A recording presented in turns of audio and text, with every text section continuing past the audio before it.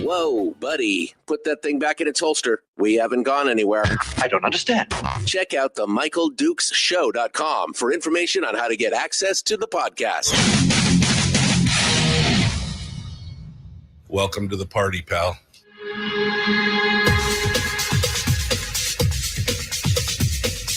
The Michael Dukes Show. The greed and the entitlement is astounding to me. What more could you want from a low-budget radio program? This is a dumpster fire. That was just BS. It is time to get a new perspective. We know just what you need, and we've got just the cure. Open wide and prepare for a steaming hot cup of freedom. I just don't fathom it. The Michael Dukes Show, streaming live across the world. Oh, yeah. Live around the world on the internet at MichaelDukesShow.com and across the great state of Alaska on this, your favorite radio station and or FM translator. Hello, my friends. How are you doing? Are you ready for this hump day? Wow, Wednesday already. It's the day's just like just flying by. Here we are. 22 days into January already. We are cooking right on through the brand new year, and I hope you are. Hope you're enjoying it. I hope you're getting a lot done, and I hope you are having a good morning. Are ready to be educated, entertained, and enlightened. Is that what I wanted to do? All the E's. That's what we're all about here. We're about educating you. We're about enlightening you, and we are also about entertaining you. Hopefully, having something. See some good stuff here this morning on the program. All right. What do we got going on? Well, first and foremost, there are no guests today. It's just you and me. Everybody that I talked to yesterday was because I was trying to get some legislators on for the first day of the session to kind of get some reaction. But apparently it was apparently there was a lot going on yesterday. They were busy. They were busy. They couldn't be, can't be bothered. Can't be bothered. No, I mean, I'm just giving them a hard time. It looked like they had a lot of stuff going on yesterday, but they did get the session open and organized, and now we're getting a little bit of a clearer picture of what's going on. We kind of knew the broad framework and the outlines of what was happening, but now they're starting to say some of the quiet part out loud, and we're going to get into that here in just a little bit when we start talking about what what the priorities are, but also what they are planning, how they're planning to pay for it. But how they're planning to pay for it, because that's the multi-million dollar question, the billion-dollar question. All these things that these legislators all seem to want. I mean, it's all well and good, don't get me wrong, but how do we pay for it? That is the biggest question here. And what do we offset it with? If it's paid for, what do we have to take away or lose to pay for it? Now, unfortunately, we know that the first thing that's going to happen is they're going to tap into the dividend, and that's going to cause some heartache across the state. But I think we will look back on this January of 2025, the opening of the session. We will look back at this as probably the beginning of the end. For the permanent fund dividend. I think we'll look at this and realize that this was the year that things. I mean, let's face it. The beginning of the beginning was 2016, when Governor Bill Walker vetoed the statutory dividend and turned it back over to the legislature, and then the legislature failed to override the governor's veto on that dividend. And that was the beginning of the beginning, because that was the first time ever that a governor or legislature had even dared to touch the dividend. The dividend at that point had kind of been the third rail of Alaskan politics. And, it had consequences. I mean, Bill Walker was summarily never elected again. So there were political consequences, but not to the extent that I expected. I'll be honest with you. When that first happened, I remember I was sitting in the studio that I was working at in Anchorage, and that was announced, and I was just blown away by the arrogance of Bill Walker, whom at one point I had supported as governor, before he went full blown. I guess full blown progressive. That was after the point that he'd had this, they got this marriage, marriage of, Byron Malott and the labor unions and the Democrats and everybody, and Bill Walker had kind of done this backroom deal to get into office. I had supported him up until that point, and it really all came to pass when we saw this go on. I mean, I was severely disappointed, and quite honestly, I was shocked. I thought, wow, this is going to be a very difficult thing for Walker to overcome. And I fully expected the legislature to react more stridently. And instead, it was this whimper. It was, Bill Walker was still out front. He took all the slings and arrows. And again, he ended up paying the ultimate price for that. But I was really shocked at all the legislators who we thought were of a more conservative mien and would stand up for it. Yeah, John Coghill, definitely one that was one that I thought would stand up for it, especially considering John Coghill's initial foray into the legislature and how he took a stand against a majority and was really strident about a lot of things. Although Coghill had also supported the 1999 run on the dividend in 99, the one that had the statewide ballot where they wanted, at that point, they'd wanted to change it over to POMV.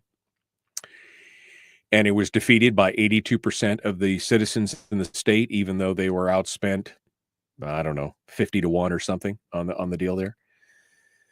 But there was just a lot of legislators that just, I mean, I guess the imagery I want to use is they just kind of rolled over and wet on themselves. Like, no, I just can't do it. And so that was really the beginning of the end of the permanent fund dividend. And ever since then, here we are 8 years later. It's, we've had good years, we've had bad years. We've had years where there's been some surplus and things like that. And we've gotten a little bit of a bigger check, but we have not received a statutory check since 2016. And the way things are going now, and the way that the legislators are talking, the things that they're saying, I do not see a path back to a full statutory PFD. I've been fighting for it. I've been arguing for it.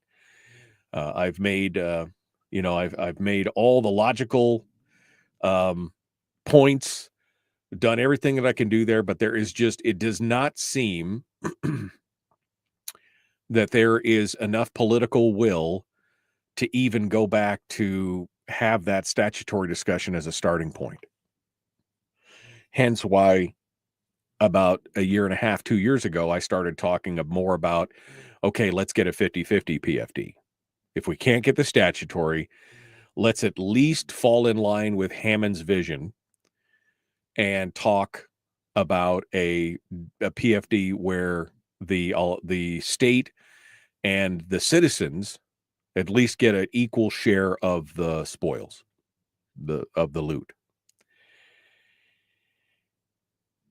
And now I'm looking at it and I'm realizing that was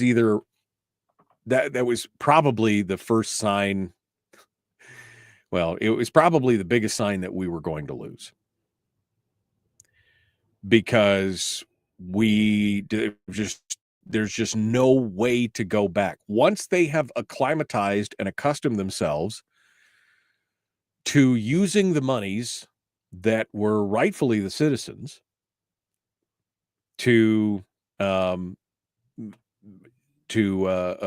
spend as they want, they're rightfully, it's the citizens' part of their of the spoils, right?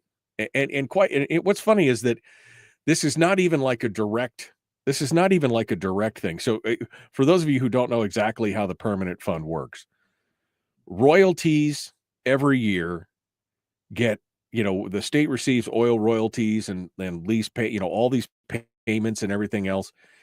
And a portion of the royalties, only a portion of the royalties, goes into the permanent fund every year, is deposited into the corpus, the main body of the fund, the part that's off limits, the part that can't be touched.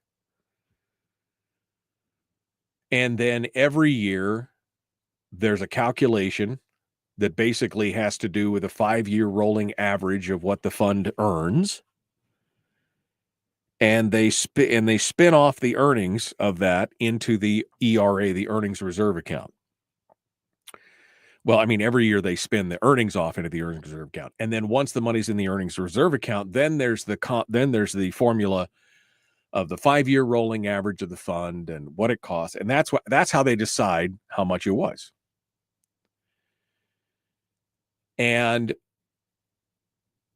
the fact now that the legislature has become so accustomed to having the keys to the kingdom, to having access to this enormous pot of money with no consequences, and what little consequences there were, we basically outlined. Bill Walker didn't get reelected. That was the ultimate political consequence of the fracturing and the poisoning of the PFD. I mean, this is like an assassination of the PFD, but it wasn't a quick bullet to the head. It was a slow, steady poisoning. And that poisoning started back in 2016. And the only casualty so far, politically, has been Bill Walker. None of the other legislators, it was not, I was that first year after the reelection, there were candidates who were back up for reelection who had the opportunity to support a veto and didn't. A veto override, I'm sorry. They had the ability to support a veto override and they didn't. And there were no political consequences for any of those people. I was shocked at how there was a lot of grousing. There was a lot of griping. There was a lot of people who were, I was wailing about it from the rooftops on my show that this was not right. It was wrong. These people who made this decision need to be replaced. But that was it. There were really no more political ramifications to that.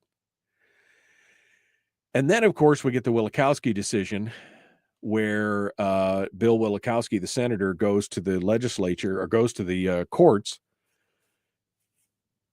in what is seemingly support of the PFD to try and get the court to say that the statutory dividend has to be upheld. And quite honestly, at the time, I thought he was doing something heroic. And in hindsight, I look at it now, and I'm not quite sure it wasn't working as intended because, of course, the courts came back, and Wielechowski's an attorney, and he understands how a lot of this stuff works. The courts came back and says, no, the legislature does not have to follow the law. They have the power of appropriation, so they can do basically whatever they want. And that case, not only did it continue to hobble the PFD, it also gave the legislature even more cover to ignore state statute at their whim. And in hindsight, I believe that was probably intentional, which is even more discouraging. So here we are, and we can see, again, I think that this year, this January of 2025, the start of this session, we'll probably be looking back on this in 5 years and realize this was the time when the PFD started its death rattles. The poisoning started back in 2016. And I think we finally reached the final stages. We're laying on the bed, gasping, clutching that blood-stained handkerchief to our mouth as we cough up what's left. I think we're there. And the worst part is, my friends, I do not see a path back. And that's discouraging. It's also a little terrifying because this is a finite resource. And when we get to the end, then what happens?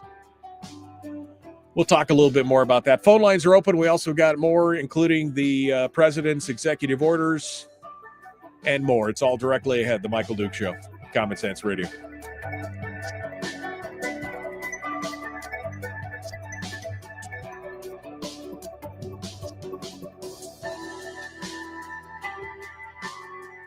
If you missed the show, you can listen to it on your time with Dukes On Demand.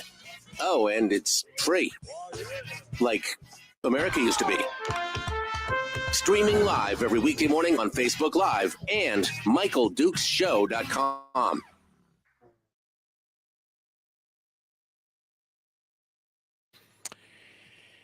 Well, hello, my friends. How you guys doing this morning?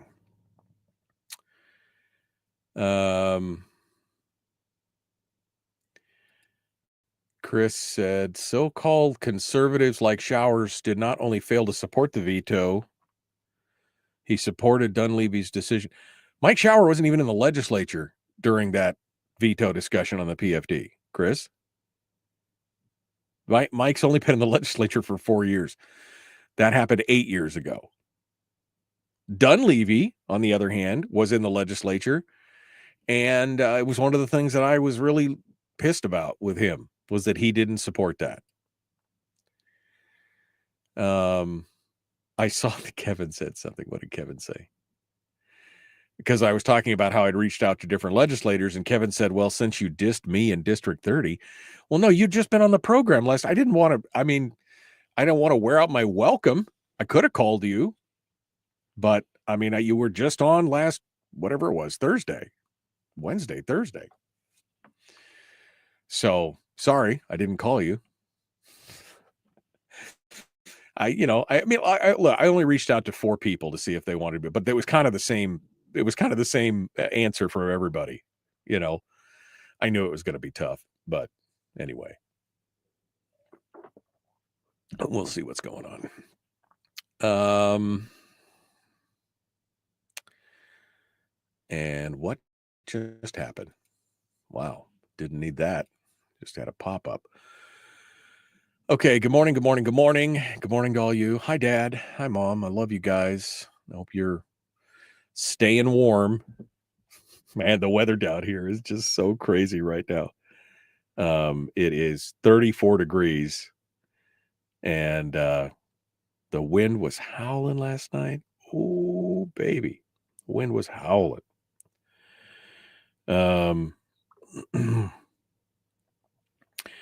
Oh, thank you for bringing that up. Somebody just messaged me and said, for the first time, and I hadn't been tracking this, Wielechowski didn't put his PFD constitutional amendment in this year.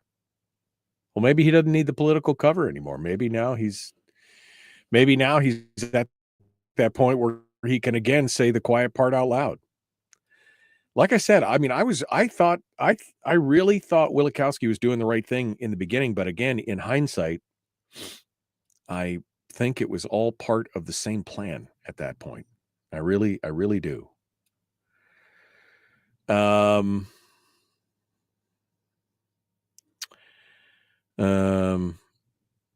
is on video says Willie Keppel. He's on video saying we're going to take it with or without the public's consent. Rural Native legislators are the most adamant to end the PFD of all. Poffman said it will be gone before he retires, which to me makes no sense unless you're trying to intentionally create a dependency society. And what I mean by that is, the money comes from the state, so what does it matter? Well, people would be able to make their own decisions with the money if it came to them in the form of the PFD. If you want to create a controlled populace that's totally dependent on the state, you take all the PFD and then you create government services and things that they have to be dependent on, but only if they do what the government tells them to do, right? I mean, am I wrong there? Am I seeing that incorrectly? That's interesting. How do the people feel about that, though, Willie? That's what I want to know. How do the people out there feel about that? Or do they even care? Are they just like, oh, these are our guys, and they're just going to keep electing them no matter what they say? And Randy's over here telling us how brave Bill Walker is. Let's see. Frank also said he believes it's a setup from Wielechowski. And Wielechowski also works for IBEW. And, Anthony says the ultimate casualties for zeroing out the PFD are going to be the lower middle income families that rely on it as a way to offset the bloated cost of living here. Those that can will leave. Those who can't will need to go to the government and benefits to survive. Again, going back to that dependency society. It's an interesting point. Here we go.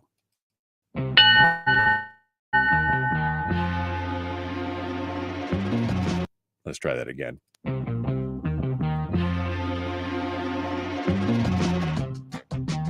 The Michael Duke Show. Seriously humorous with a pinch of intellect. Sorry. That is humorous. Here's Michael Dukes. All right. Welcome back to the program. just bringing up, I mean, the people in the chat room, there's a lot of smart folks in the chat room, and it's always an interesting discussion during the commercial breaks because they bring up points that are either complementary or in some cases antithetical to what I'm talking about, but it's always good because it makes me think about it and brings it around. There's a lot of good points here in talking about the history of the budgeting and the states and where we're going. I was not expecting to spend that whole segment talking about the PFD specifically, but I feel good about it because I think a lot of people don't understand how the permanent fund dividend and the permanent fund, the two separate, they're combined but separate entities, right? They're conjoined, but they're separate, how they work. And so I think it's always good to be able to go back over it. And it's good to go back and look at the history and be reminded of where we came from and what's going on. Especially now that I am more firmly convinced than ever that we're on the glide path to a hard landing. I guess I could say, since Mike Shower's not here, I guess I can use pilot-like analogies. I'm not a pilot, but I mean, I could use pilot-like analogies. We're on that glide slope to the, it has the flight characteristics of a brick, and we're on that glide path down, right? But yeah, I mean, I firmly believe that there is a lot of problems here, and two different comments have stuck out from the chat room this morning to me on this, and I'm going to get back to them here in just a second. But I want to talk a little bit about I just want to talk a little bit about where we're going back here.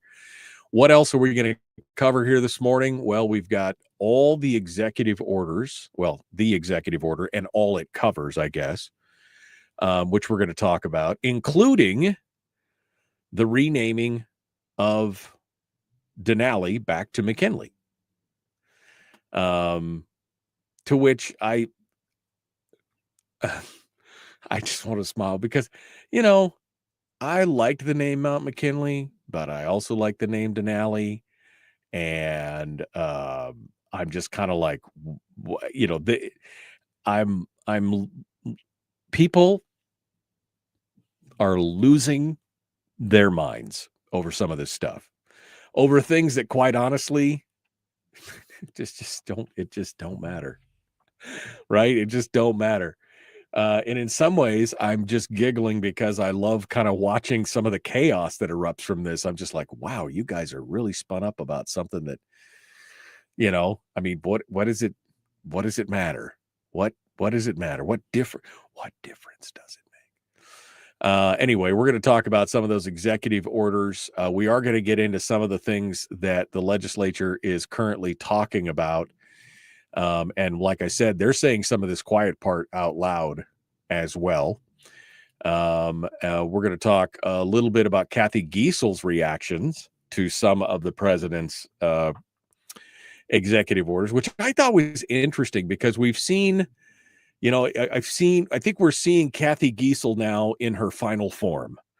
For those of you who don't know what I'm talking about, you obviously don't have kids who have used Pokemon because it's always that final form, right? You find them and they're a cute little flying worm with wings.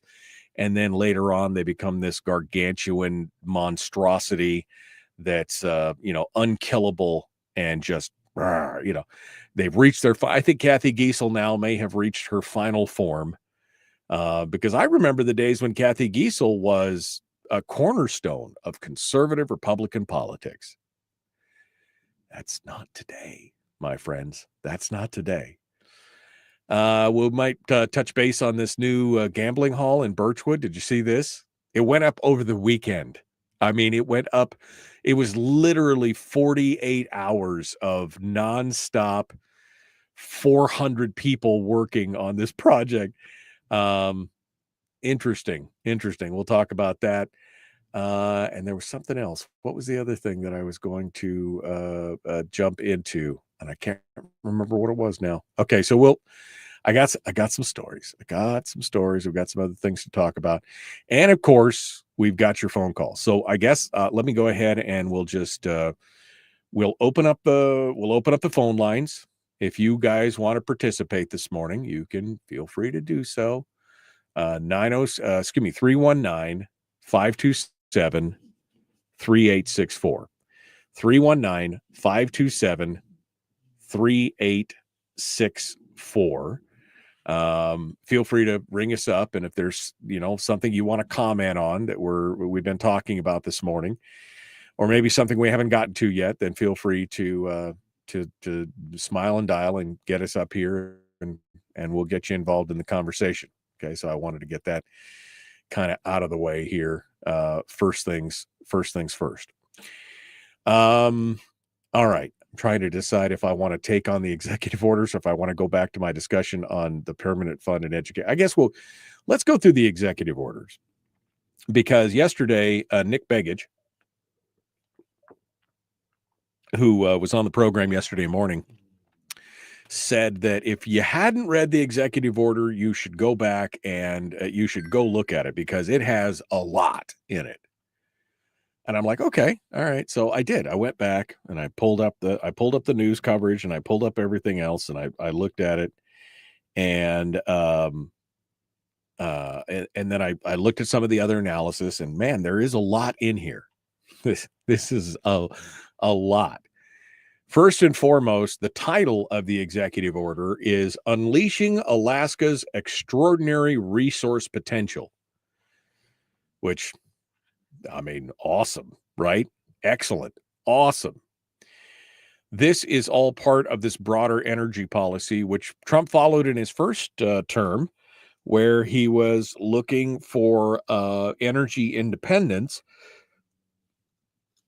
as a nation, and as a bulwark against, for national security, which, again, I don't think is a bad thing. It's one of the things that I thought that he did very well.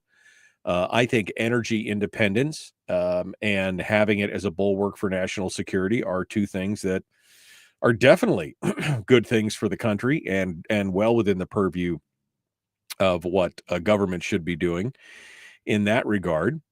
But it is this is a pretty comprehensive piece of well, I'd say a piece of legislation, but it's not. It's an executive order. This is a pretty comprehensive document, I guess I should say. So the order aims to reshape federal policy, and I'm reading this list this morning from the ADN. Irish Samuels and Sean McGuire did a good piece that kind of concises it down. It instructs the agency heads from across the entirety of the federal government to revoke, rescind, or revise regulations that are inconsistent with resource development in Alaska. Now, that's pretty broad when you say stuff like that. To revoke, rescind, or revise regulations that are inconsistent with resource development. I don't know exactly. I mean, depending on who you have in the, depending on who's reading that, boy, there's a lot of latitude in that thing. Included in those regulations are most of those issued by the President Biden when he was in office. And in effect, many of the provisions in the order take federal policies right back to where they were in January of 2021 when Trump was still in office. Which, again, I think was the point. That's what he promised, right? This is what he promised on the election trail, was that he was going to take us back to where we were. And we were, the economy was definitely different under Trump than it was under Biden, right? Let's get down into some of the specifics. So the order revokes Biden's actions that halted oil and gas exploration in ANWR. Trump had led a move to allow oil and gas exploration during his first term, only to have it reversed by Biden. So this is the tit for tat. This is what we were talking about yesterday with Nick Begich, where he basically said, okay, once the president has now reversed it in executive order, now Congress needs to do its job to back that up, because otherwise all we'll ever get from here on out is dueling executive orders, right? 4 years with their guy, 4 years with your guy, 4 years with their guy, 4 years with your guy. And the first thing they'll do is undo all the stuff the other guy did by executive order over the previous 4 years or 8 years or whatever. I mean, it'll just be this, you just get whiplash, like watching a tennis match at high speed, right? I mean, you need Congress to step up and do what they need to do, because then the president if they outline it in legislation, constitutionally bound legislation, they can't do that. Trump also ordered the denial of a request that had been considered by the Biden administration to establish a sacred indigenous site in Anwar. It rescinds Biden's rejection of the right-of-way permit to build the 200-mile road through Ambler to Ambler. That was the Ambler Mining District road. It again seeks to repeal the roadless rule that's meant to limit logging in the Tongass, which is what he did in his first term and which Biden reversed. Again, just whiplash back and forth, right? He reinstated his 2020 rule to increase hunting and trapping on federal preserves in Alaska, which I think that nothing wrong with that. Nothing wrong with that. He reinstated an order he issued during his first term to allow oil and gas development on 28 million acres of federal land. The lands were protected from such development during the ANCSA settlement in 1971. He had initially reversed them, and then Biden reversed them, and now he's reversing Biden again. We'll see what happened. He ordered expedited development of a road connecting the community of King Cove to the airport in Cold Bay through the Izembek National Wildlife Refuge. That had been approved back in 2019, but the Biden administration again reversed it. Trump signaled he would support Dunleavy's years-long effort to assert Alaska control over the state's navigable waterways, including those through federal land, which is good because that's how the law actually reads. Alaska should have control of all navigable waterways. That's how the law reads, my friends. And then finally, the order also seeks to prioritize the development of Alaska's liquefied natural gas potential, including the sale and transportation of Alaskan LNG to other regions of the U.S. and allied nations within the Pacific. This is probably one of the biggest pushes because this deals specifically with an Alaska LNG project. Now, what does that mean? That last one, especially first. What does that mean? Does that mean we're looking at potentially federal help in an Alaska LNG line? I mentioned it the other day that I thought one of the few ways that this might make sense is if the federal government picked up the bill and dubbed it some kind of national security issue for energy independence. I mentioned this about 5-6 weeks ago. And maybe, I don't know. Your thoughts, 319-527-3864, The Michael Duke Show, Common Sense Radio.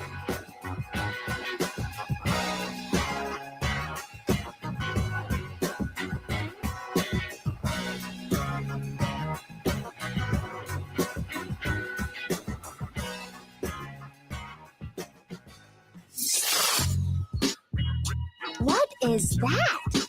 Common Sense. Regularly heard on American radio. Michael Duke Show. Radio.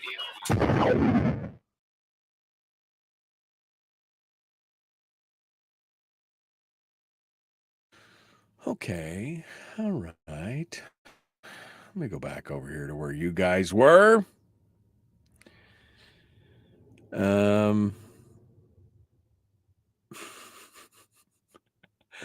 Mel, apparently, if you can't motivate, you agitate. Apparently, I really agitated Melody out there.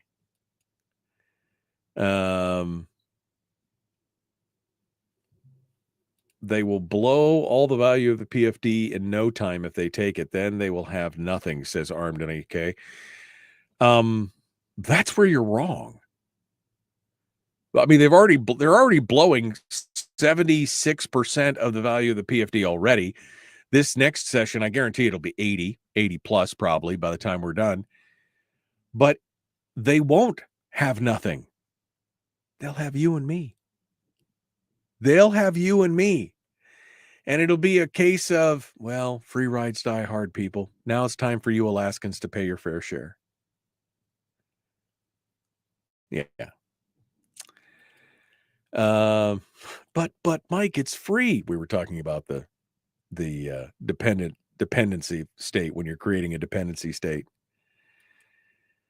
Melody said the seniors will leave the state. We are on a 4-year plan to leave the state as soon as we retire. There's a lot of people. Gary has been in here. He's been a listener to the show for many years. Gary was talking about it the other day. They're on the glide slope out as well. That's what's going to happen. People will leave. Frank said, what you just said about Hoffman and making a dependency society, how is it different when the state accepts federal dollars? I agree. It's one of the most dangerous things a state could do. And you could see exactly how it's done for many a state out there, for sure. How about they talk the cost of electricity? Yeah.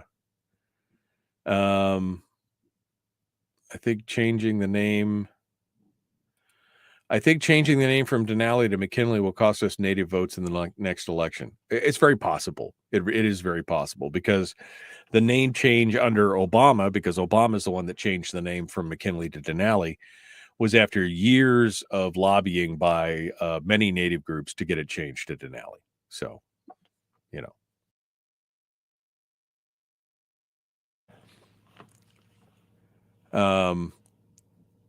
let's see. The state needs to grow or it's going in the tubes. Well, the state doesn't need to grow. The state needs to get within its means or it's going down the tubes. It's already growing. It's already growing beyond. Okay, I'm trying to get caught up here. Give the article number. I didn't have the actual article up in front of me when I was reading it. I was reading the summary. Sorry about that, Rick. I keep telling my kids that once they take the PFD, that we will all be taxed. Well, yeah. I mean, again, my argument is we're already being taxed with the taking of the PFD, but yeah, you're right. We'll be taxed on top of that. The state should have never been run so catastrophically poorly that it needed federal funding, especially a state like Alaska with freaking gold and oil in abundance. Yeah. I mean, I'll remind you that when they got that first royalty check for $900 million and change, just under $1 billion, that the state's budget at that point, back in 1968, 69, that the state budget at that point was $162 million. $162 million. And we're where today? The change will not affect Denali National Park. They said that. It will change the name to Mount McKinley, but Mount McKinley will be in Denali National Park. The park will not change. Randy continues to tell us that a cut in the PFD is not a true tax. Does it have the effect of a tax, Randy? I'm asking for a friend. Does it have the effect of a tax?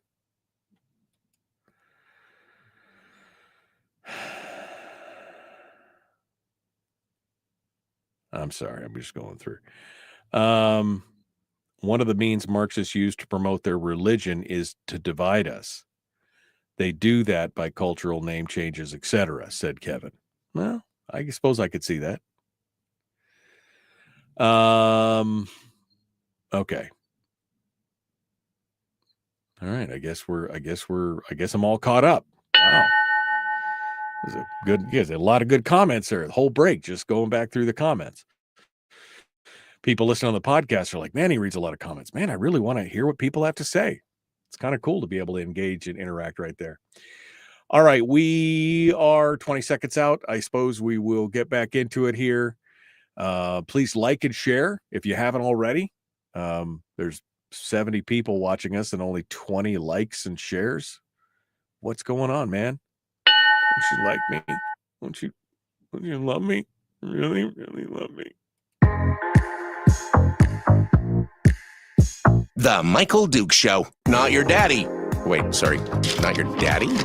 Ooh, not your daddy's talk radio. Whew. I was scared for a second.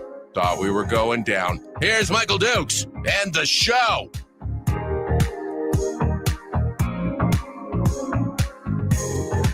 Okay. Phone lines are open. 319-527-3864 if you want to sound off. And maybe you disagree with me. Maybe you disagree and think that, no, it's going to be fine, just fine. It's going to be fine.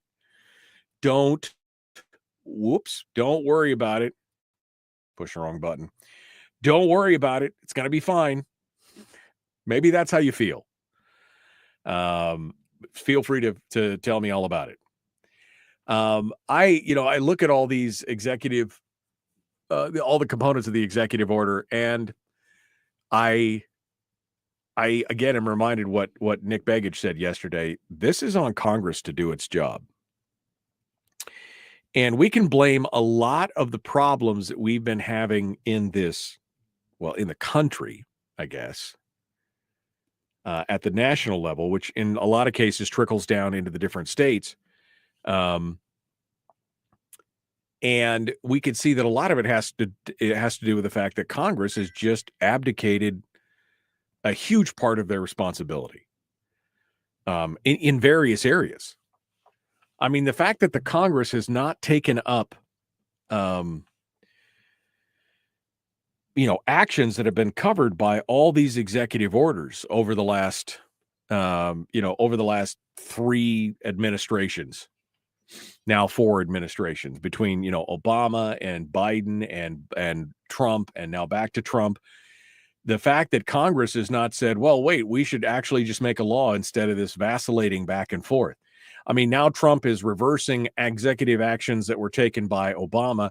I mean, it's just going to, it's going to become this massive, I would say tennis, but maybe it's wiffle ball. I don't know. Maybe it's tennis with super balls because it's, you're just whipping back and forth. And that's what it's going to be like if Congress doesn't take responsibility. Congress's lack of action and inaction, I guess I should say, are also a big part of why we are where we are financially today, because they haven't been taking up regular orders, because they haven't been passing 12 separate budget bills, because they've just passed a continuing resolution and raised the debt ceiling instead of actually doing the budgeting process and everything else. I mean, we had a balanced budget under Bill Clinton. That wasn't that long ago, folks. Clinton's still alive, right? It wasn't that long ago. And yet here we are, $30+ trillion in debt. So I hope if we can learn one thing from this is that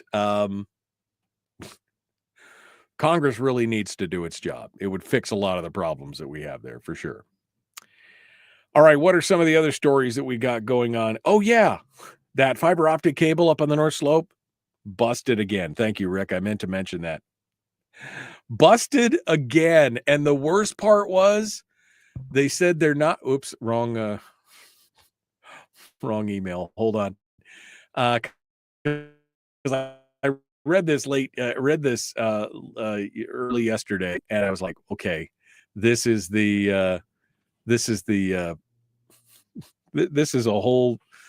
just seems like a repeat of yesterday's news, right? I actually had to go back and look to make sure that I wasn't rereading another thing. So the subsea fiber cut in the Beaufort Sea, repairs are not expected. Get this. Repairs are not expected until late summer. That's like August. It's January. How are these communities supposed to keep going? I mean, I see a whole lot of Starlinks getting shipped north right about now. I see a whole lot, and the worst part is all this stuff was like federally subsidized, right? I mean, that's the only reason a lot of these companies are up there doing this stuff is because of the federal money's flowing into it. And now we see the cable gets cut again, and it's not going to be fixed for 8 months. People aren't going to, in this day and age, People are not going to wait 8 months. They're just going to buy a Starlink. And then they'll discover that their speeds with a Starlink are faster and they're paying 1/4 of what they were paying for their fiber no.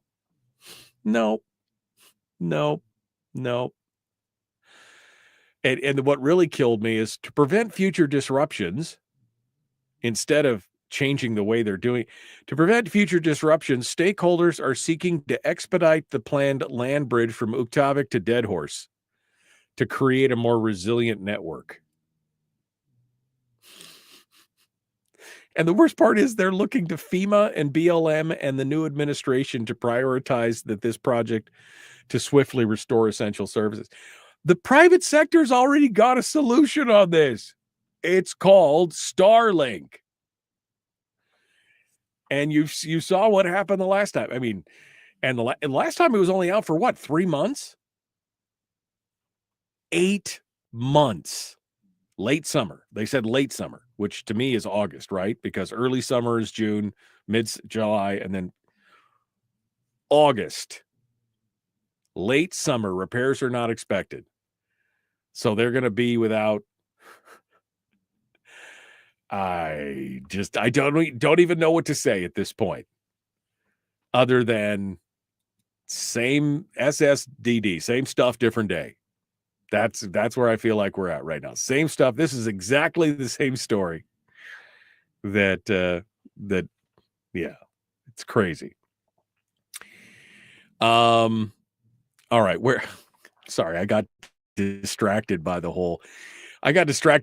Thanks, Rick. Rick just derailed the whole show because he mentioned that the North Slope fiber. I mean, I literally thought, because I was reading it for the newscast, right, for the stations here, and I stopped and I'm like, okay, wait, this is not a repeat, because my daughter helps me collate the news and get everything ready, and I had to check with her. I'm like, this is a news story, and so she sent it over to me, and I was like, oh, okay.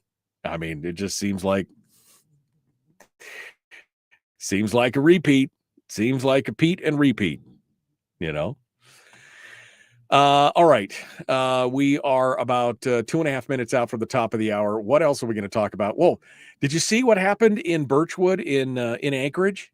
Overnight. It's like a pop-up. Overnight, the Eklutna tribal village, the Eklutna native village, they put up a gambling hall. Literally in like 2 days. Now, it's an ADCO unit. It's temporary. It's a double-wide ADCO unit.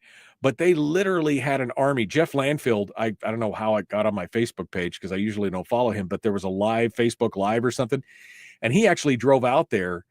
Because apparently they were trying to get it all done before President Trump took office, because they had gotten approval from the Bureau of Indian Affairs or the Indian Gaming Commission. I can't remember if it was one or the other.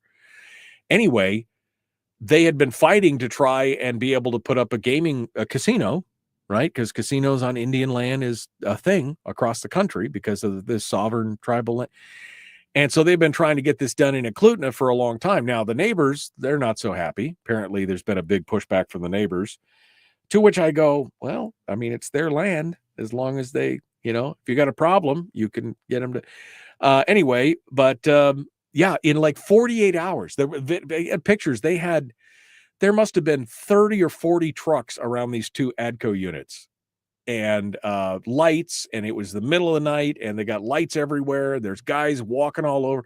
In like 48 hours, they had these trailers set, leveled, set up, power, lights, heat, the whole thing. I mean, they were motivated. Now, they said it's going to employ 400 people at some point, which they ain't going to do in a double-wide ADCO unit, right? And he said it's going to bring in $67 million in economic activity. I mean, I got some questions about those numbers, but I guess good for them. Now, again, the neighbors are a little pissed about it. I think mostly because they're worried about, the community and the quiet and everything else, to which I think, well, I mean, again, it's their land. You probably had an opportunity to do something about it before. I guess you could put up a fence. I mean, I'd like to have good neighbors. I understand there are bad neighbors out there, but I just don't want to stop people from doing what they need to do on their land. Anyway, interesting the fact that we could put up something like that in 48 hours. Crazy. All right, we got to go. Hour 2 dead ahead, the Michael Duke Show, Common Sense Radio.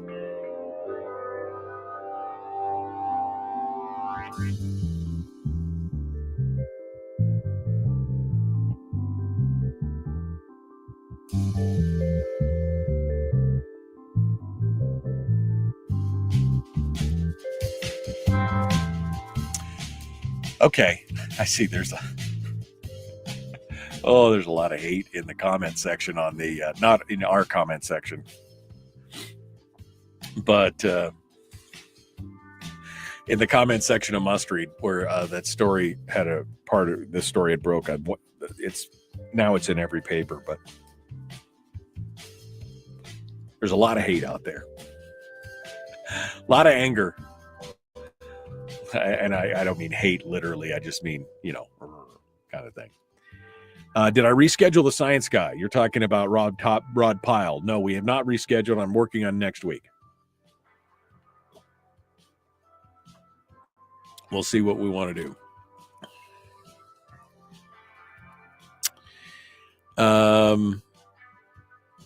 Anthony says, say what you want about Trump, but this pile of wild executive orders is a 4D chess move on his part. He knows that 80% of them are going to get killed in court, but it's going to shine a big spotlight on so-called conservatives and Republicans that don't walk the walk for the people to see. Dudes out here spotlight hunting swamp creatures. Maybe. Senator Gary Stevens said in the Senate Majority Presser that the pupil-to-teacher ratio is exploding. Is it? I guess I haven't really been following along on that. I mean, we have fewer students. How could it be exploding if we have fewer students?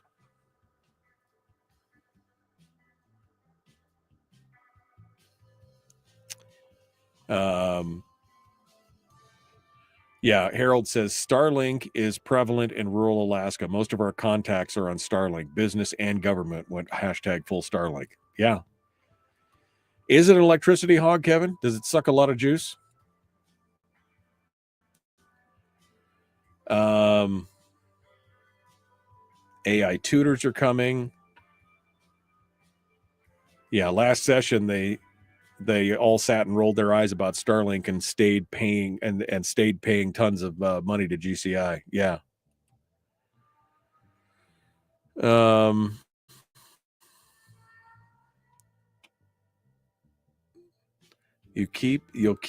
Y'all keep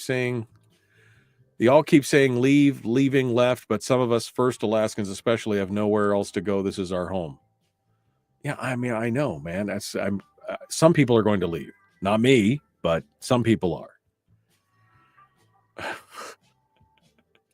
Bill, you wish. It was a temporary building, says Rick. Yeah, they say it's a temporary building. They're going to build a whole new thing. Yeah, no water, no toilets. I mean, they were just trying to get it in operation to fulfill the letter of the law, folks. I mean, that's all it was about, making sure that, because they can only have 8 people at a time at it at this point, we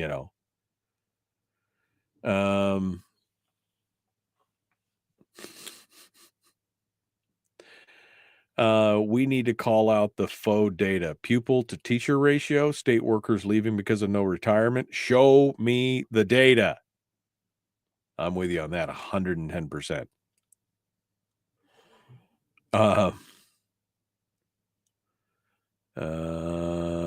Jeannie says, because they didn't go all out. I think she's talking about the Puyallup reservation. Is it Tulalip or is it Puyallup? Which one is it? Reservation in Washington. There's a documentary out about how they got messed up by the gambling thing. But Jeannie says it's because they didn't go all out. Little Feather is an example of how Native nations should. Washington has hundreds of Native-owned casinos. Some are flourishing, some are not.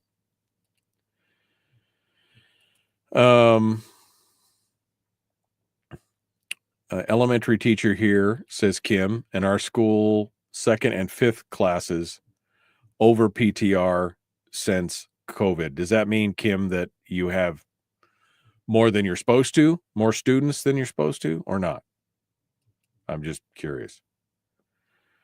Tulalip.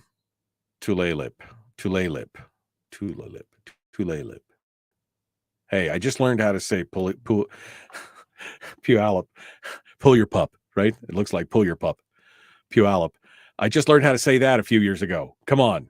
Give me a hard time.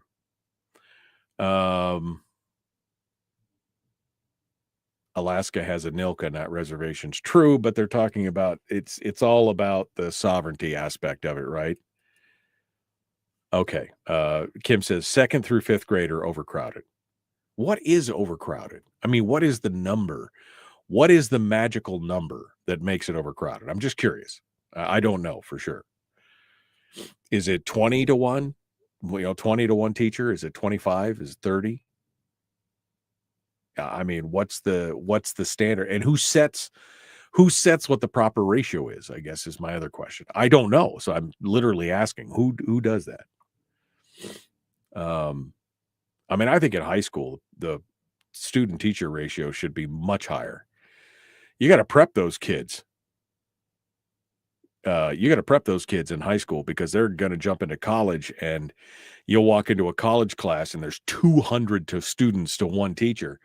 You probably ought to up your game somewhere in the high school area and basically say, hey, we need 50 kids in a class just to give you a feeling of what it's going to be like. All right. We are coming up on the break, or the start, I guess. We're in the break. We're going to jump in here. All right. We got to go. The Michael Duke Show. Common sense, liberty-based, free thinking. Phone lines are open.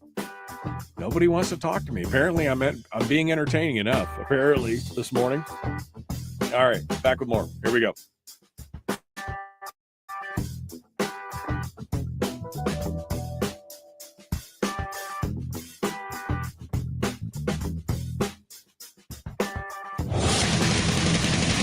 Whoa, buddy. Put that thing back in its holster. We haven't gone anywhere. I don't understand.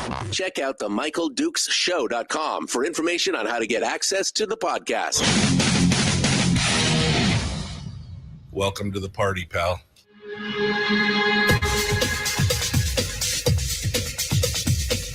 The Michael Dukes Show. The greed and the entitlement is astounding to me. What more could you want from a low-budget radio program?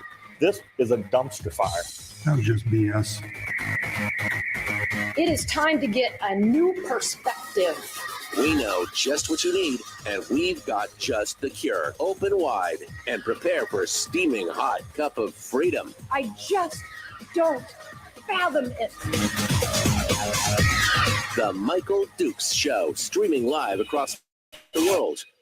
Live around the world on the interwebs at michaeldukeshow.com. Good morning, my friends. How are you? We're also broadcasting live across the state of Alaska on plain old terrestrial radio, my favorite, on your favorite radio station and or FM translator. Lots of translators, lots of stations, lots of translators across the country. Welcome to hour 2 of the big radio show. We are just getting started today. No guests for today. For those of you just joining us, no guests. We've been talking about a bunch of different stuff, including the start of the legislative session, the president's executive orders on Alaska and what they say and what they mean. And some of the other stuff. We were just talking about this. This new gambling hall in Birchwood in Eklutna, and how again people are losing their minds over it. But it's kind of interesting. The one thing that nobody mentioned was that, well, that not many people mentioned. I guess one of them, the Musford mentioned it, that there was a public comment period. This had all been applied for, and they've got, the Bureau of Indian Affairs and the Indian Gaming Commission was involved, and and everything else. But it said, In fact, after the public comment period ended on January 9th, the BIA gave its approval within 1 week, publishing a lengthy notification that appears to have been prepared well in advance. 1 week, they gave the federal government, any element of the federal government giving approval after a public comment period, giving approval within 1 week. Whoa, tell me the fix wasn't in there. Tell me that somebody wasn't waiting with a stamp. As soon as that thing hit the mail, they're like, chunk, go, go, go, go, go. Right? And they wanted to get it all in because they were afraid that, of course, that the Trump administration would reverse it. Although I don't know if Trump would or not. I think he likes him. I think he likes him a good casino as much as the next guy. I mean, I don't think it's a big deal. All right. So phone lines are open this morning. If you would like to sound off, we are we're loving it. Feel free to give us a ring this morning, 319-527-3864. What is going on for the rest of this week here? Wet weather is anticipated for much of the state. We've got snow, rain, gusty winds, mild temperatures. In Anchorage, they haven't had snow. I was talking with my engineer up there yesterday, and he's like, yeah, we haven't had snow, and it's just rain. There's almost no snow left in Anchorage on the streets or anything else. It's just rain. But again, it freezing, freeze thaw. The roads in Anchorage are very slick. We're going to see stuff down here on the Kenai Peninsula as well. We're going to see coastal rain today. Kodiak clocked winds at 55 miles an hour. Yesterday, Portage, the road to Portage, it was like a winter. They got like 8 to 14 inches of snow or something. I mean, it's nutty. Anyway, it's a mild winter. They were talking about how normal snowfall in Anchorage in the south, in the basin there, is like normally like 14 inches this time of year. They've gotten 1.25 inches or 1.5 inches of snow. That's all. Last year it was like, right? We got so much snow last year up in the Matsu and in the south, and now it's like, it's can't make up its mind. Cannot make up its mind. All right, we're going to talk a little bit about the legislative session and some of the things that are being talked about. We just finished talking about the executive orders, but Kathy Giesel, she's got some things to say. We're going to talk about that as well. But first, let's go over to the telephones. Somebody called in this morning. It's been quiet here this morning. Let's see what you guys have to say. Good morning. Who's this? Where are you calling from? Good morning, Mike. This is Mike up in Fairbanks. Hello, Mike. What's on your mind, my friend? I want to talk about the tribal gaming deal there for Klutna. This all depends on Klutna having tribal land that's not subject to the jurisdiction of the state to build this thing on, and they did that by leasing a native allotment. And for over 100 years, native allotments have been private property. The people applied for an allotment and they got it. It was held in trust by the BIA. And then 30 or so years ago, the BIA started transferring title to the individual holders. They have always been private property, not tribal property. But some federal solicitor general changed the definition and said native allotments could be tribal property. So that's what Klutna has used to say this native allotment is tribal property, not subject to the laws of the state of Alaska. And now they've got a casino there. And that's never happened before. Right. And we'll see if it stands. Hopefully it's going to go to court. And we'll see. But if this happens, this changes the face of native allotments to some degree across the entire state. Right, because Alaska, as somebody pointed out earlier, we don't have like Indian reservations where it's sovereign land. We through Anilka, that's where they got the tribal allotments, right? Am I remembering it correctly? I'm sorry, I didn't I'm hear you very well. I'm saying because in Alaska we don't have reservations, right? Like down in the lower 48, there's no tribal sovereign land. That's right. We got it through Anilka. There's actually a Supreme Court decision years ago, and they stated there is no Indian country in Alaska. Of course, you have to always say, except for Metlakatla, but otherwise, no tribal land. Right. Well, it's interesting. Are you? I mean, I am ambivalent to whether or not there's a casino there, quite honestly, or whether there's a casino anywhere. Quite honestly, I'm kind of ambivalent to it. It doesn't. I have no dog in that fight, and I really don't care. What are your thoughts? Are you opposed to it? Are you opposed to it because it changes the definition of the allotment, or what's your beef? What's your beef here?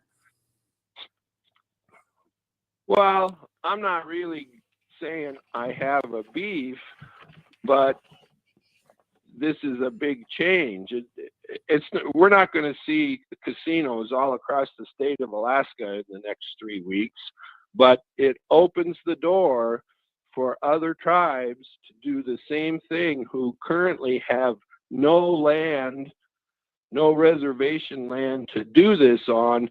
They can acquire a native allotment, which is near their area, and they can open a casino. Now, we'll see how this plays out, but native allotments have been purchased by non-native people for the last 30 years or so. You can go to various places around the state and see native allotments advertised for sale. So they have always been treated as private property, but now they're not. Sometimes. Yeah. Do you think that if this stands this way, that somebody who buys an allotment from an Alaska Native, but who is not Native themselves, are you saying somebody would try and assert, I guess, tribal? No. I mean, what? This is all because the tribe itself is renting the allotment, right? That's how they're classifying this. Yes. Yeah. Okay. Yes, they're saying that's tribal property. It's the same as a reservation now. Thus, they open a casino. Other native tribes can now purchase or possibly lease native allotments near them and open a casino or some other business, right, not subject to state regulation. Got it. Okay. Well, thank you, Mike. I appreciate the clarification on that. It's an interesting topic that, I mean, I don't have enough background in to really, like I said, to know a lot about it, but it'll be interesting to see how this changes things specifically in the state of Alaska. So thank you, Mike. Appreciate you calling in and being part of it. Let's go over here. We got another call this morning. Good morning. Who's this? Where are you calling from? Oh, good morning. This is Bonnie in North Pole. Hello, Bonnie. What's on your mind this morning? Well, I have a friend who lives in Auburn, Washington, and she has the Muckleshoot Casino Resort right by her apartment. And guess what? Crime, prostitution, drugs, and all sorts of crime there now. So, in my opinion, they're not getting to be a very good thing. Well, I mean, I think like any other opportunity, sure, there could be, but there's also good examples of, I know that there's been several that have been highlighted as doing good things for the community because they, not only did they provide jobs and everything else, but they also took a very strong stand against any of that ancillary stuff. So yeah, for everyone that's probably bad, there's probably one that's good. We hope that folks like this will be taking an example from the good ones. Well, that's true, but she lives right near there. And guess what goes on every night? Shootings, robberies. Okay. Well, have you been to downtown Anchorage lately? I'm just wondering if it's not going to be such a wonderful thing, in my opinion, but what would I know? Yeah, well, I don't know. We'll have to see. We'll have to see how it all turns out. With only 8 people allowed in at a time right now, probably not going to be a big time crime den or anything. But if it does do 400 people in the future, yeah, it could create some problems if they don't take a stand on it. Okay. All right, You buddy. have a good day. Bye-bye. Thanks so much for calling in. I mean, yeah, I mean, I'm sure casinos, crime. I mean, there's, I guess somebody said that in one of the comments, and I don't know the truth of it or not, but one of the comments said something like somebody who worked for one of the big Vegas casinos, one of the big casino operators in Las Vegas has agreed to run the place. I don't know if that's true or not, but you know, we all know casinos, you know, it could be good, it could be bad. But I guess we'll have to wait and see. It's interesting how they finessed the law though to get this thing approved and to get this thing open and in there. We'll have to see what happens. All right, when we come back, we're going to talk about Kathy Giessel and her reaction to President Trump's executive orders, and then what else is going on in the legislature. That's all coming up next. The Michael Duke Show. Common sense, liberty-based, free thinking radio.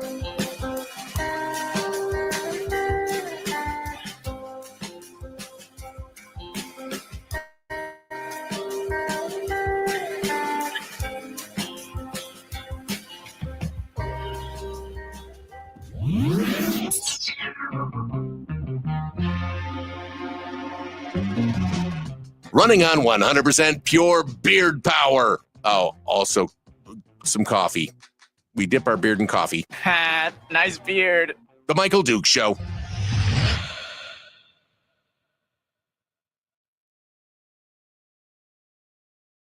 Okay. I'm going back here. See what else people have been saying. Casino trailer open today. Yeah. How will it affect the gambling hall in Juneau? Asked Timothy. I have no idea. Let's see. Kind of weird how nobody wants to call, says Henry. Have to increase the show audience? I mean, yeah. If people want to call in, great. If not, I'm happy to just chit chat and everything else. I never worried too much, Henry, about growing the, I mean, I'm broadcasting across the state, which is enough for me. I don't need a multi-gazillion audience to do what I want to do. So it's never boo. All right, I'm going through here. Rick said, thank God it's not Brady. Brady from Las Vegas.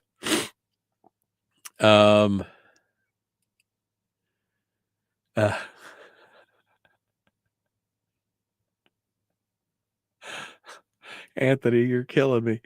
I feel like a casino should be held to a certain standard, though. Like ladies of the night, you kind of want it to be a little expensive, but in a good order and general polish. Casino double wide is the equivalent of snagging a lazy-eyed, maybe a dude, but you're not sure, 4-tooth meth monster in a truck stop parking lot named Cookie. You know you're getting into something you're going to regret. Yeah, exactly. Oh, bad. All right. Yeah, really. Melissa said when Bonnie was going on and on about all the things that were happening, and she goes, like, that all happens at bars in Fairbanks. I don't know if you heard me, but I asked Bonnie, I said, have you been to downtown Anchorage lately? Shootings and all this. I mean, see, oh, yeah. You can't legislate morality, says Chris. Yeah. The other issue with casinos are they cannot be taxed. They will require more law enforcement from taxpayers once it is established. Road access will be an issue. They actually comment on that in one of the articles where that was one of the big concerns, and the casino will have 24-hour on the spot security and everything else. So they're thinking about that. There's a very classy casino, says Terry, near Spokane. It's been a good thing for the area. No rise in crime, well run. If done right, it can help the local economy. Do not expect that here. Snow in Florida. Yeah. Rick says it's better when you read Anthony's comments out loud. Should I do them in a voice or something? Brian says geographically, you have one of the biggest footprints of any U.S. radio host. That is true.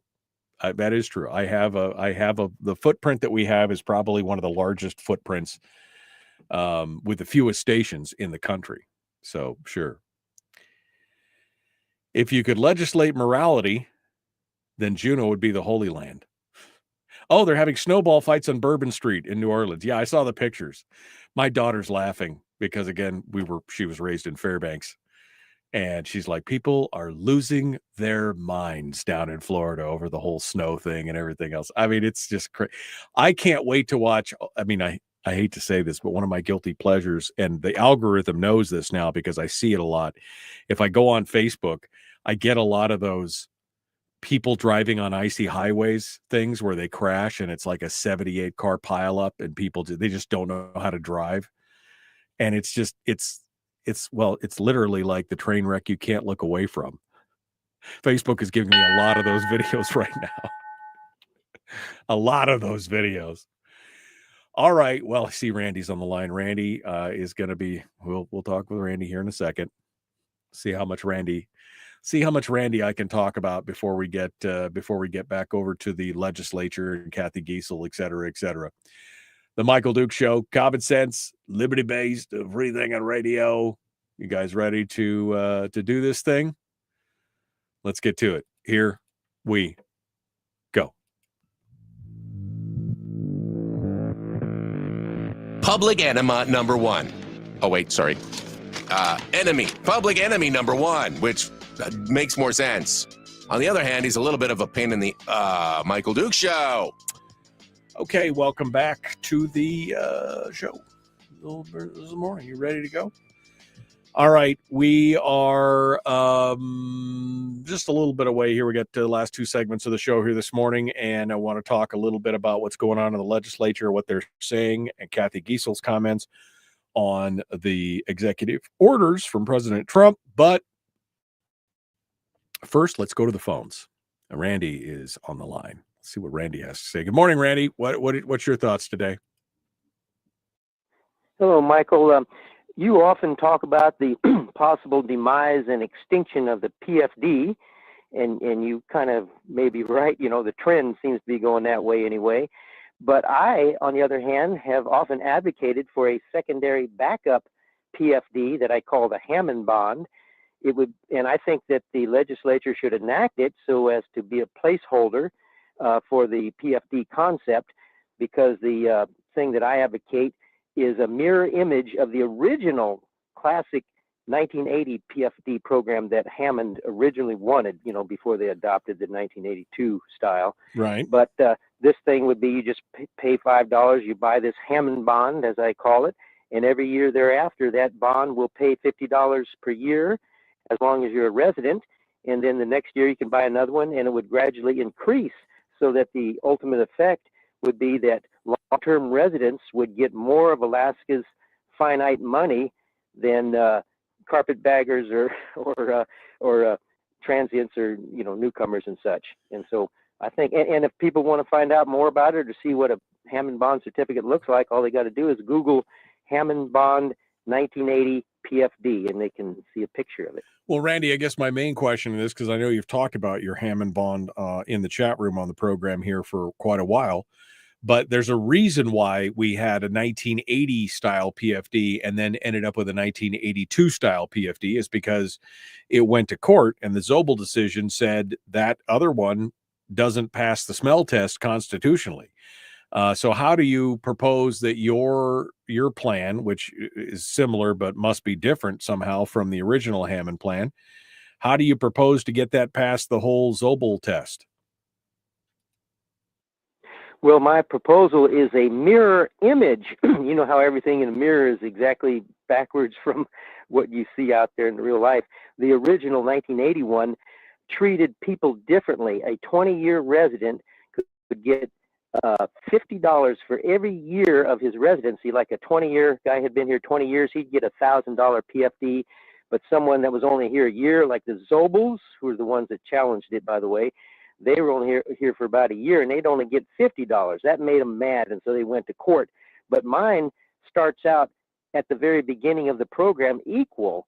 Everybody, whether you're a 20-year resident or a newcomer, you can buy a Hammond bond for $50, but then you move forward, and every year you can buy another one, and you start accumulating these Hammond bonds, and they gradually, every year, it pays you more and more. If you've been here 20 years and you got 20 Hammond bond certificates, you get $1,000 per year every year that rolls by. It's an interesting thought. I don't think our legislature would ever do anything like that, but it's an interesting thought. So I think it would work. And I'd be interested Still to see. there? Yeah, I'd be interested to see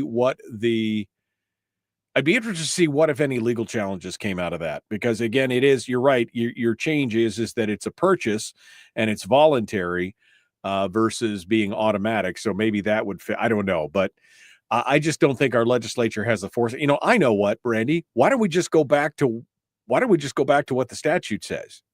Why don't we just do that? Well, the reason is because if we went back to the statute, that would cost, the state about, much more than $1 billion. It wouldn't cost the state. Bond, it wouldn't cost the only state. 100,000 people signed up for the Hammond bond. The first year, it would only cost the state $5 million, which is only 1/2 of 1% of the $1 billion cost of a cut PFD. Now the statutory would cost like about $3 billion. There's no way we can afford it. The problem is, Randy, is it wouldn't cost the state $1.5 billion. The money is there. It already belongs to the people. That was the intent. You go back to the language of the original of the writing of the original PFD, of how it worked out. You look at the whereases, you look at what the debate was about. That is the people's money. They're taking money that was supposed to be given to the people as part of their payment for being resource owners, and they're taking that money. It wouldn't cost the government $1.5 billion. It would force the government to live within its means. That's the difference.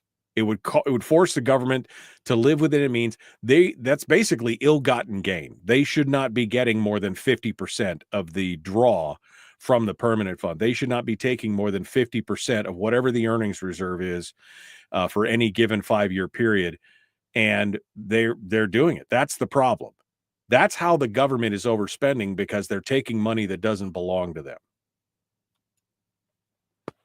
Yeah, if you mandated, the statutory amount paid, it would probably force some cuts, but I think it would also force the government to impose an income tax on hardworking blue-collar workers like myself, and I don't want to have an income tax. But Randy, that's inevitable. A tax at this point is inevitable.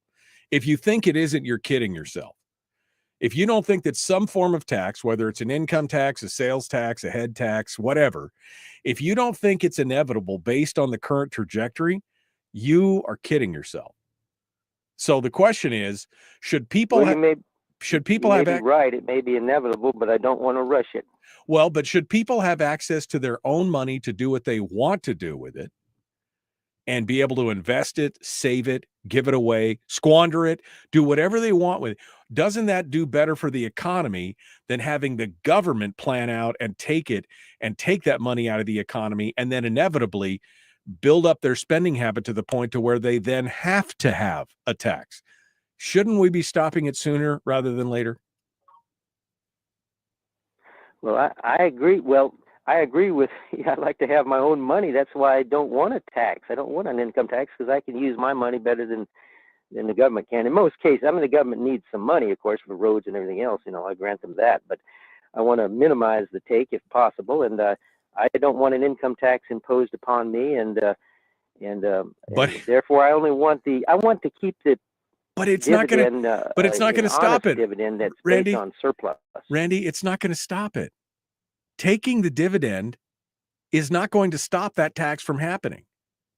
That's the thing. You are emboldening. You are feeding the beast. If they didn't have it, then they'd have to come back to the people and say, well, we need a tax. And then I think the people would be more likely to stand up and say, hey, you've got enough. And that would stop that. Basically, what you're doing is you're putting off the inevitable. It is coming and it's happening. And you have a chance to stop it now, where down the road, once it's gone, you won't have a chance.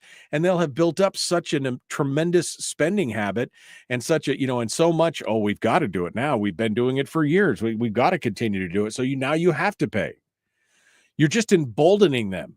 That's the problem. By giving up on the PFD, you're emboldening them. Now, I wish I had a path forward on the PFD. I wish I could see a clear road where it's going. I wish I could see a clear road as to how to get back to that statutory. But as I said earlier, I just don't see a path forward on getting back to the full statutory PFD at this point. It's crazy. It's crazy. Donna Ardwin, in fact, in the chat room says, I believe cutting the PFD enabled the coming income tax. It did not keep the income tax from happening. Cutting the PFD created the Leviathan dependency. It's exactly the point I'm trying to make here. All right, let's get back to the legislature. So first and foremost, I just have to chuckle because I remember back in the day when Kathy Giesel, I remember when she was pro-energy, pro-PFD. Remember that ad where she was stealing her husband's wallet across the table? Does anybody remember that ad where she promised to have a full statutory PFD? Do you remember those days? Wasn't too long ago. She was pro-mining. She was small government. And now look at her. She has never seen a program she didn't want to fund. Defined benefits. She wants defined benefits for to come back. And it's gonna do so great for us. She wants to, increase the educational funding. She wants to. I mean, she's aligning herself with the big spending Republicans and Democrats in the legislature. I remember back in the days. And then she had this to say about President Trump's executive order. She said, "I think it's important to us to think about the fact that we're not a colony to be pillaged." Who said anything about pillaging? She said, by throwing open all the regulations related to resource development, we could be jeopardizing our lands and our waters. I mean, she seems to forget that the vast majority of land in the state is owned by the federal government. They can do whatever they want on that land, right? I mean, they can just do whatever they want on that land. So, but it's just to poo-poo the idea that resource development and to throw out the regulations and to start fresh is maybe, I don't know. What happened to, who hurt you, right? What changed you, Kathy? Again, I still remember that ad where you stole your husband's wallet across the table. I thought it was a great ad.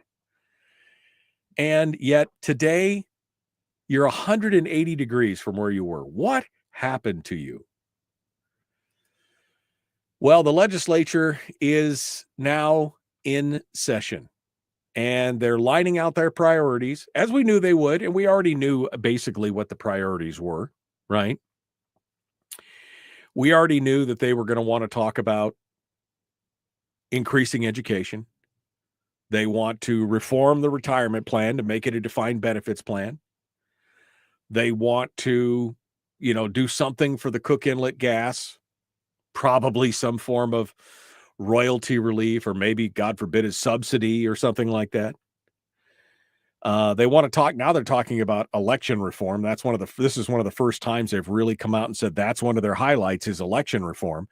Primarily in election reform, they want to eliminate the signature requirement on absentee ballot. They want to make it easier to vote. And in my opinion, make some of the mail-in options less secure. But one of the things that they said at the very end is that they want to pass a balanced budget. Now, how they can say this with a straight face is a little disconcerting to me. I guess it goes back to the whole Kathy Giesel used to be one way, now she's another. Lawmakers said on Tuesday, this is from again, Ira Samuels and Sean McGuire, the ADN. Lawmakers said Tuesday that new revenue measures were unlikely to be considered this session, meaning that the state's budget process will likely be shaped by the limited fund sources. New revenue measures unlikely to be considered this. Now, we have a $1.5 billion deficit. Now, it's with a full PFD, but even if you take out the full PFD and you make it the 75-25, it's still a significant, we've still got a significant problem here. But we're not going to spend savings. They don't want to go to the constitutional budget reserve. First of all, because it requires a supermajority, and that would mean the cooperation of the minorities in the House and the Senate. And they want to do everything in their power not to give the minorities any opportunity to really have a say. Because right now they've got these bipartisan majorities on both sides. They're going to try and ramrod stuff through. That we're back to where we were 4 years ago when the minority was treated like redheaded stepchildren. Shut up and sit down and we'll do whatever we want. But the majorities in the House are super thin. So there's some opportunities there to peel some people off. Anyway, they said no new revenue measures this year, which, okay, we'll that doesn't preclude them from next year. And they said it was unlikely. They didn't see it was impossible. They just said it was unlikely to talk about new revenue measures. Then they go on to talk about the permanent fund dividend. Dunleavy, of course, is calling for the $3,900 statutory PFD. And, of course, lawmakers in both bodies have basically said that that's a non-starter for them. They go on to talk about how last session the Senate adopted the 75-25 rule. And majority members said they would likely be back to a similar statutory change this year. But the voice of reason, Bert Stedman, the walrus, Bert Stedman said that even providing a dividend equal to 25% of the earnings, which would equate to a PFD of over $1,400, would be challenging. It's just what Brad Keithley said. 75-25, good luck with that. More like 80-10, 82-10, 85-15, 82-18, whatever it is, 85-15. Even Bert Stedman said it would be challenging. He said there'll be some debate above it and below it. Andy Josephson, who's leading the operating budget process in the House, said the size of the dividend could be impacted by whether lawmakers approve a sizable increase to the state's education budget. Who pays? You pay! A large increase in funding for schools would mean a smaller dividend. Because who pays? We all pay. That's what we're doing right now. We're going to pay for it all.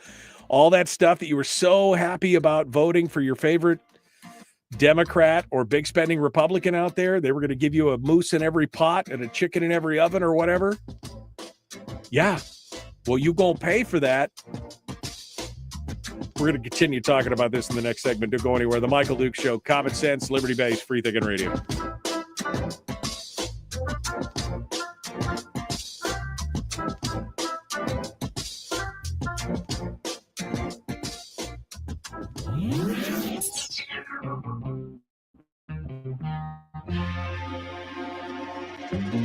Listened to by more staffers in Juneau than any other show because their bosses told them to. And after what they just heard, oh man, they're going to be pissed. You're a bad, bad man. The Michael Duke Show.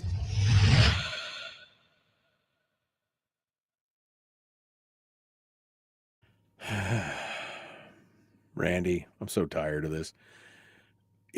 Okay, Randy, it's a faux tax. How about that? It's a pseudo tax. Does that help you?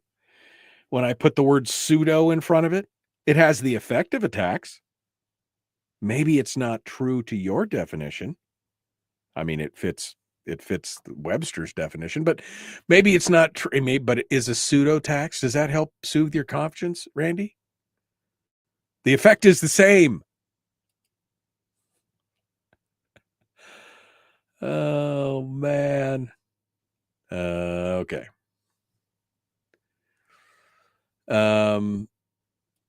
Taking the PFD is a tax, and people with the children are being taxed the heaviest. It's criminal.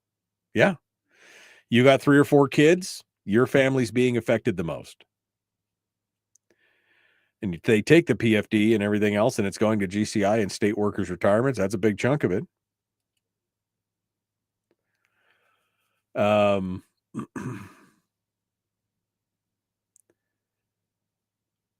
Just scrolling through here. David says, does anyone think Giesel will run for governor? Or will Lisa Murkowski resign early and appoint her son, Giesel's son, as a replacement? I don't know who Giesel's son is. I'm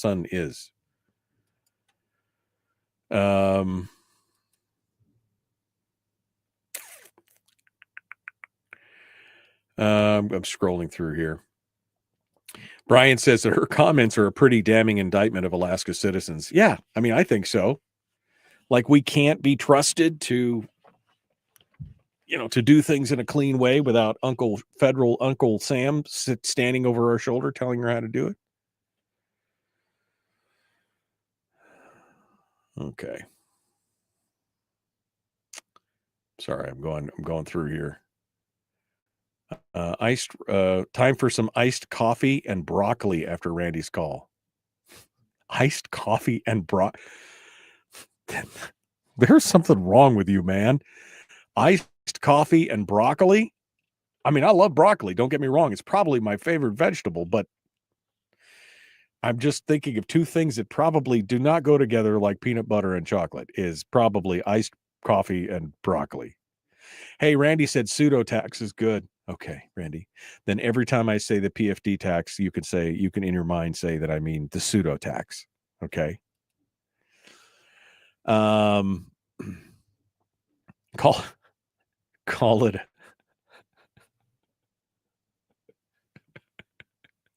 Brian says, call it a trans tax. That's the correct term.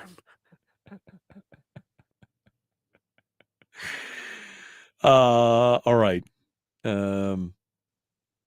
Wow.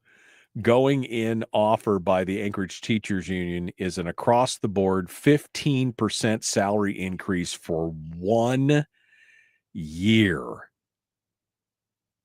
Wow. I mean, I've seen a 15% increase over a 3-year contract where it's like 5, 5, and 5 or 3, 3, and whatever. But a 15% increase in 1 year. Whoa, dude.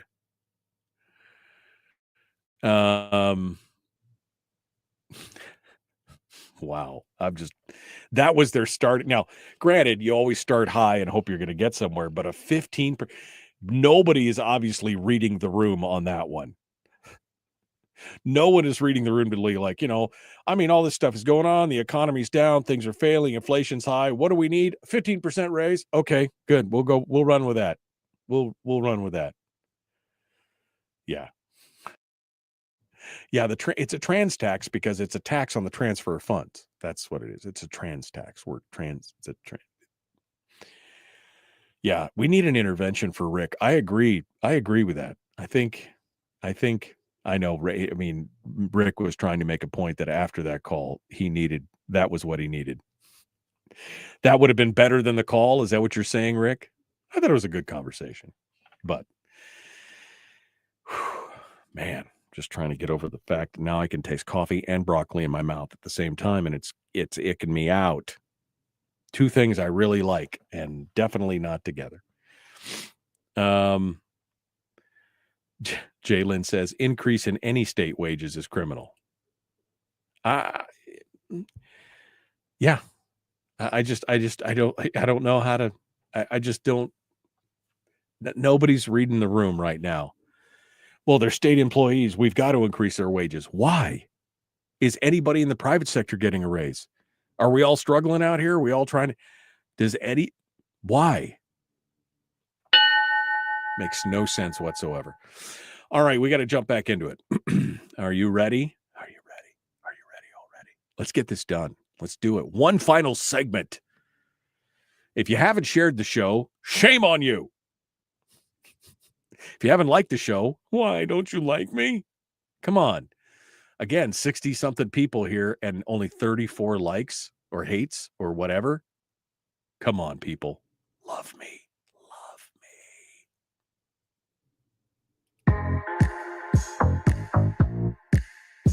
The Michael Duke Show. Not your daddy. Wait, sorry. Not your daddy? Ooh, not your daddy's talk radio. Whew. I was scared for a second. Thought we were going down. Here's Michael Dukes and the show.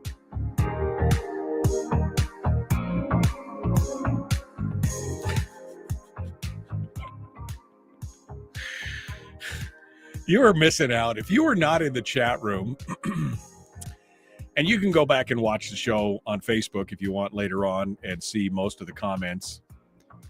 But, man, there's some great comments in the chat room this morning when we simulcast the show on Facebook and YouTube and Rumble. You can go out there and look at it. David Boyle, who's a friend of the show, education advocate, writer for Must Read, he says there's a new offer from the Anchorage Teachers Union. The going-in offer from them is basically an across-the-board 15% salary increase for 1 year.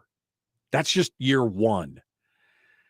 15% increase for 1 year. Is nobody reading the room? Is nobody looking? You know, let me just wet my finger here and stick it up in the air and see if I can see where the wind's blowing. Is anybody not checking the 15% increase in a single year? Well, we got to, because, you know, they're the public employee, they serve us, and blah, blah, blah. Hey, look, I don't care who they are. Can we afford it right now? That's the question. Not to mention the fact that teachers in the Anchorage School District, which is where David's talking about, not only do they get great, you know, a decent, solid salary, the district also pays $25,000 a year in health insurance for them on top of that. That must be that new Common Core math. I mean, this is, all right, I'm sorry. Let me get back to the legislative stuff because we're going to run out of time. So we were talking about Andy Josephson basically saying, you know, the dividend's going to be impacted by whether or not we increase the education budget. And what's their stated goal? To increase the education budget. By how much? Well, Loki Tobin's talking about, what's she talking about? A $1,900 BSA increase, which is just under $600 million. $600 million.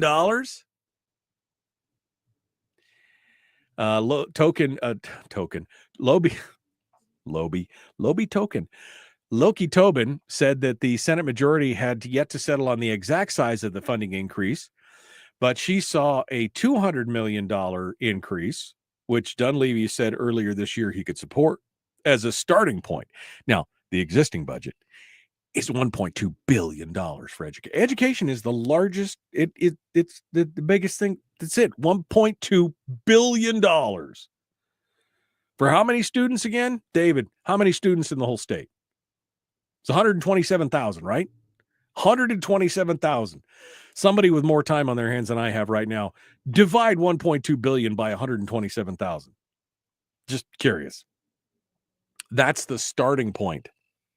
The 200 million is the starting point. Remember, she wanted $1,963, I think is what the number was. It was almost $600 million increase. And that's not just a one-time thing, folks. That's forever. Moving forward, every year moving forward.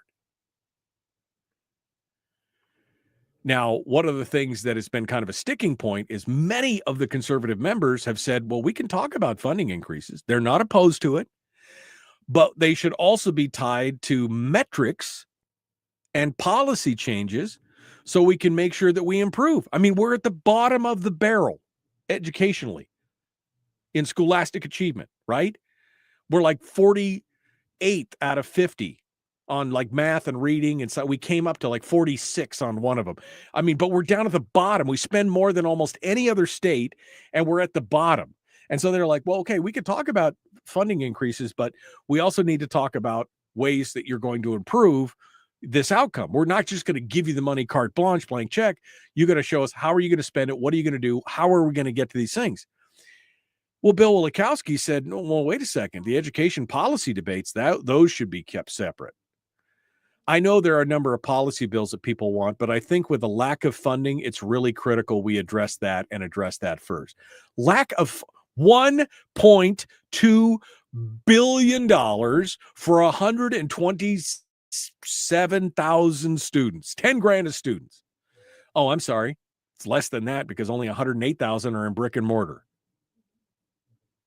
108,000. So we're already spending 12. But no, we can't talk about those achievements. We've got to get the money first. Bryce Edgman said the House could try to pass an education funding increase early in the session in an effort to provide stability to school districts across the state that are looking at shuttering buildings and cutting positions, because this whole thing has been orchestrated. All right. And I realized this when I served on the Borough Assembly in Fairbanks. This whole thing has been orchestrated so that the budgetary process for the school districts and that the contracts from the unions for the school districts have put a mandate in that if you don't have something in place by X number of times, then you have to issue pink slips to notify the people that they probably won't be retained unless the funding is found. And I mean, it's this process where the unions know, because they need to put pressure on the legislature, because the school districts don't have enough money on their own and that they need that state funding and that they can't get their budgets done before a specific time frame. So they put in a little addendum that said, you've got to give our teachers pink slips by such and such a date, which is always before the budgets are finished and always before the legislature's usually done with their falderall. And then they are able to parade those pink slips around in front of the public, take them to borough meetings and go and say, look, they're laying us off. It's all theater. It's all theater. It's all carefully orchestrated and has been planned over the years. They've slowly pulled this whole thing together to where they can utilize it as a way to put pressure on both the local governments and on the state government to get all the funding they need, because otherwise, look at all these teachers who are going to be laid off. I mean, all those pink slips that go out, it's a fraction that actually get laid off. Why? Because they use it as a weapon, as a bludgeon to beat the public into submission. Why would you want to fire teachers? Nobody wants to fire teachers. But there's this thing called income and outgo, right? I mean, you got to. So now they're talking about trying to pass it early in the session. Oh, we'll see what happens with that. Then we get to energy. I don't have enough time to do all this, do I? No, I don't. We're getting to energy. Here's the phrase that jumped out at me. Anchorage Republican Rep. Mia Costello, the House Minority Leader, said the 19-member minority was still formulating its policy goals. But, she said, the Minority Republican Caucus is opposed to import natural gas. Was opposed to the likely need to import natural gas, at least for the short term. We will do everything we can to prevent that. Read, we're going to spend whatever money we have to so we don't have to import gas. I'm sorry, ladies. I'm sorry, gentlemen. That's dumb. I would love Alaska gas. I want Alaska gas. But it's got to make economic sense. How much money are we going to continue to pour into that to avoid the fact that we need gas now in 2027? I mean, we're 18 months away from needing gas. 20 months away from. The caucus is opposed to the likely need to import natural gas, at least for the short term. I do not understand. How much is it going to cost us? How much is it going to cost us to be emotionally tied to that mess?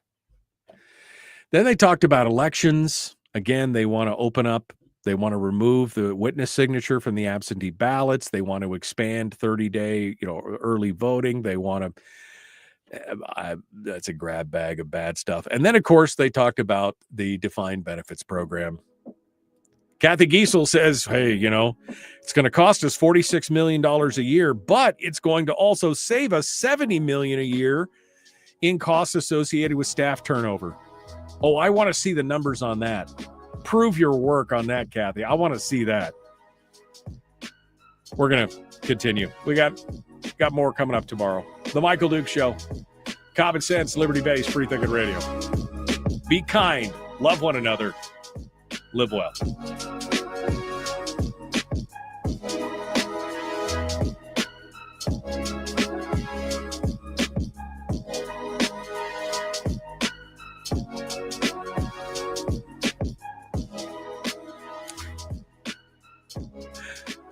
I mean,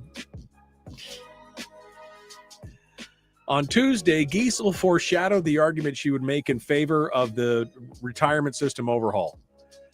Though the new pension system is expected to cost the state $46 million annually in new expenses, it was simultaneously expected to save the state more than $70 million a year in costs associated with staff turnover and filling vacant positions.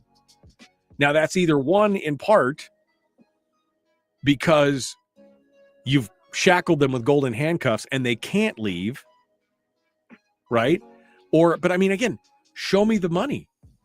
Show me how you get. Show me your work. Show me how you got there. I haven't seen a secondary fiscal note on any of this. Have you? It's not Mia's fault. Somebody just said Mia's a big disappointment. It's not Mia's fault. That's the feeling of the whole caucus. Sarah Vance echoed something similar when she was on the program here not too long ago, and we argued about it. This is not just a Mia problem. This is not just a single person problem. This is the majority of, it's the minority, but it's most of the minority. This is what we're going on. This emotional thing of, I can't wrap my brain around it. I can't wrap my brain around it at all. All right, coming up on Friday, I meant to mention this earlier, David Codria from the War on Guns is going to be joining us. War on Guns and Firearms News and Guns Magazine. He's one of the guys that broke the Gunwalker deal, the Fast and Furious deal. He's going to be there. All right, my friend, we got to go. We will see you guys tomorrow, 6 a.m. Be kind, love one another, live well. The Michael Duke Show.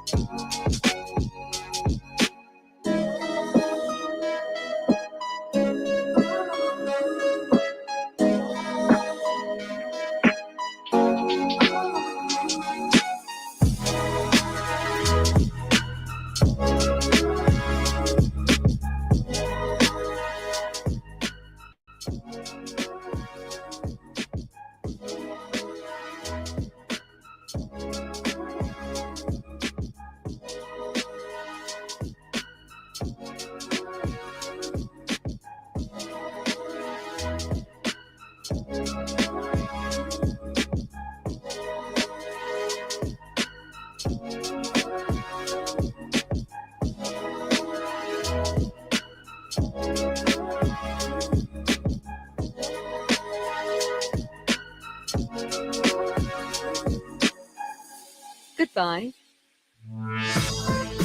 We've shed our terrestrial radio skin, and now we are slimy lizard internet people. It's the Michael Duke Show.